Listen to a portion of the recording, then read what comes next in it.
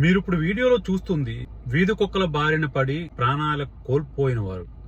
వీటి బాధితుల్లో చిన్నపిల్లలు ఉన్నారు, ఆడవారు ఉన్నారు, వృద్ధులు ఉన్నారు, చాలా మంది ఉన్నారు. దేశంలో వేలాది మంది ప్రాణాలు కోల్పోతున్నారు వీటిని బారిన పడి. ఎన్నో ఫిర్యాదులు చేసినప్పటికి కూడా ప్రభుత్వాలు పట్టించుకోని పరిస్థితి. దీనిపైన సుప్రీంకోర్టు ఒక తీర్పు ఇచ్చింది. వీటిలన్నిటిని తీసుకెళ్లి ఒక సంరక్షణ కేంద్రానికి తరలించండి.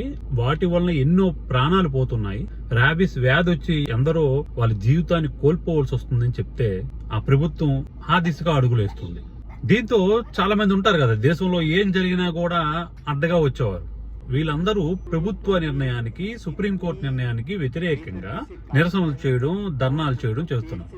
అరే, నిజంగా మీకు అంత ప్రేమ ఉంటే, మీరు నిజంగా డాగ్ లవర్స్ అయితే, జంతు ప్రేమికులైతే ఒక్కొక్కరు 10 కుక్కలు తీసుకెళ్లి పెంచి పోషించుకోండి. ఎవరికొచ్చినా అభ్యంతరం లేదు. వాటిల్ని సంరక్షించడంలో ప్రభుత్వాలు గాని ప్రజలు గాని వ్యతిరేకం కాదు. కానీ అలా వీధుల్లో వందలాది కుక్కలు ప్రజల్ని చంపుకు తింటున్నాయి, చిన్నపిల్లలను చంపుకు తింటున్నాయి. వాళ్ళ ప్రాణాలకు ఎవరు భరోసా? ఎవరైతే ప్రాణాలు కోల్పోయారో వీధి కుక్కల వలన ఒకసారి వెళ్ళండి, వాళ్ళ బాధ కూడా వినండి. వాళ్ళు ఏం కోల్పోయారో వినండి. ఎన్నో ఆశలతో పిల్లలు పెంచి పోషిస్తున్నారు. వాళ్ళ ప్రాణాలు అర్ధాంతంగా ముగిసిపోతే వాటికి ఎవరు బాధ్యులు?